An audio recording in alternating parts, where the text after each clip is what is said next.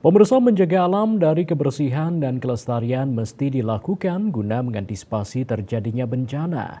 Bahkan para leluhur sudah mengajarkan konsep negara gunung yang bertujuan menjaga alam.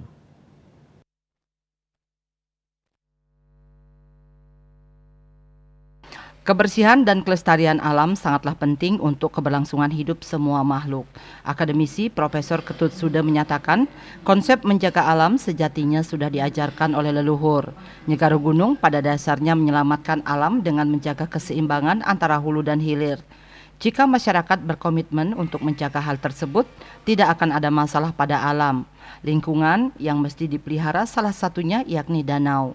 Keberadaan danau mesti dijaga kelestariannya. Selain danau, hutan juga mesti dipelihara dengan baik agar tidak mempengaruhi kondisi danau.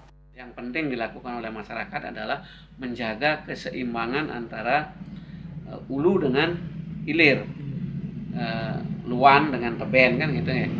Jadi kalau saja masyarakat kita ajak memelihara itu, saya kira alam akan tetap harmoni.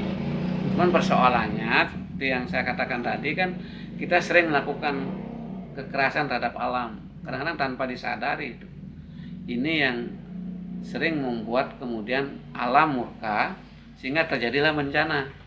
Ketika bencana terjadi baru kita sadar, wah ini kok alam begitu keras, padahal kita yang sebenarnya memulai keras gitu kan terhadap alam. Masyarakat dan juga pemerintah mesti bersama-sama menjaga kelestarian lingkungan. Desak Aryani, Bali TV.